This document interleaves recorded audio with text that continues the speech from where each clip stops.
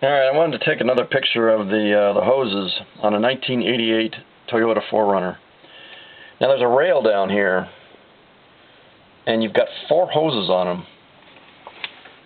And what they do is they connect to the EGR valve and the EGR modulator. Now you could barely make out the hose on the bottom of the modulator. That goes to the EGR valve. You can see it connecting down there. So since they're 4 in a row, I numbered them 4, 3, 2, 1. Number 4 is the first that you come across on the rail. That goes to the EGR valve. You can see it down there. Number 3 goes to the back side of the modulator. And number 2 goes to the left side of the modulator. And number 1 goes to the right side of the modulator. Now, there's a big problem back here. And I'll show it to you. I don't know whether you can see this or not.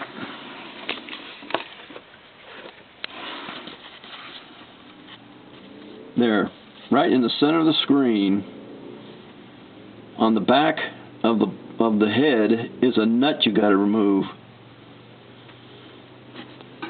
There's probably an exhaust gas circulation system on the back of the head, and that's probably what that nut's doing, is holding the bracket up.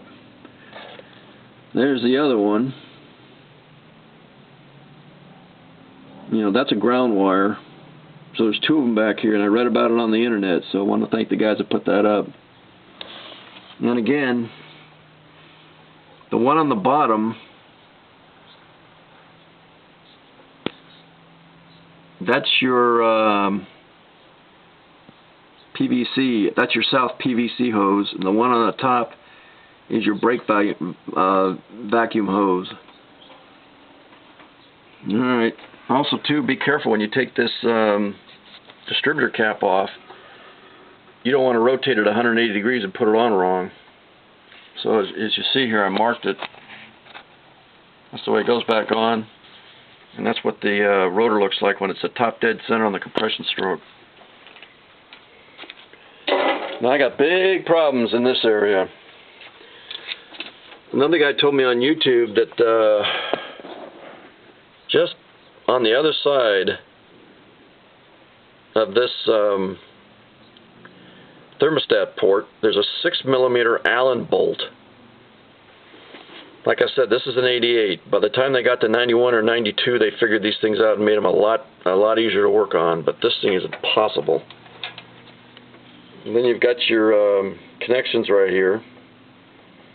The right one's green, the left one's brown. And you've got this one right here, which is probably an airflow meter. Again, these are clipped on. And it's really easy to drop a clip into the engine. I'll let you look at this a little bit. I still haven't figured out what's going on here yet. But you can see this is right here is the exhaust gas recirculation where it connects. But it looks like to me, yeah, that wire you're seeing right in the center of the screen right now, that goes to your last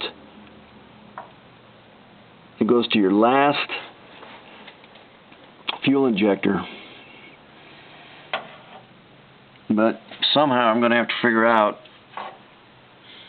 how to get this element off. Otherwise I'm not going to be able to get to that 6mm Allen bolt. It's really easy to strip those too. I got to get that off too. I don't know how that got on there. And I'm starting to see a few nuts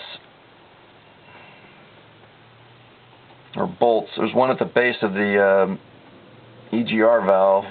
It bolts the manifold of the engine. But if I could get the manifold off now, that would really help. I'm just going to take the bracket off the exhaust pipe, take the nuts out of the exhaust manifold, and just pull this whole unit back and tie it to this.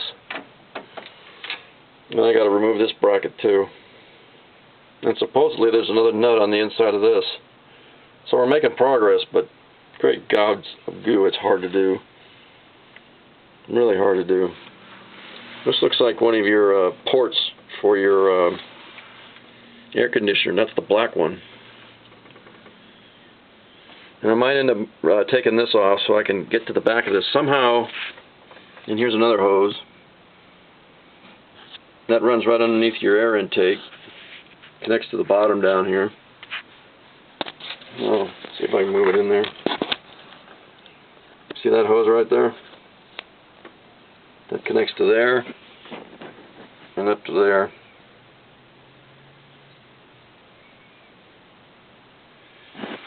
And here's the main electrical line. That came in from the igniter, which is just above the coil. And I've got the battery disconnected. Again, an extremely complicated system. This has to be disconnected. That's your fuel coming into your fuel rail. And I think this has to be disconnected also. You can see the clip on it. But that's definitely got to go. And that's a major leaker too. And then here's your heater hose lines. So anyway, I got a lot done today, but there's a lot more to get done. You don't have to take off the alternator. You don't have to take off the starter, or the fuel filter, or the air conditioner. But you're probably going to have to take this panel off down in here. You have to take that panel off so you can reach in there and then bolt things. I might take this off. This will allow me to reach through there, but that doesn't look easy to do. You can see how it's reaching in back there. I just saw something here. There's a nut right there on a support structure. That's probably holding up the manifold. That's probably one of them I gotta get rid of. Yeah, and you're seeing it right in the center of your screen right now. Not to the right. It's the one on the left. That's a brace that holds up the intake manifold. Man, there are all kinds of hoses. Probably a really good idea, since I'm only going to have this thing open once, to put new vacuum hoses on. You look down in there in the dart, you can see the fuel line coming in. Really tough car to work on. I would not advise buying one of these. They're just way too tough. Either that or get yourself a different manifold, but if you get yourself a different manifold, you're going to have to get a compatible electronic control unit, because if it's not compatible, these things don't run at all. Alright, that's it.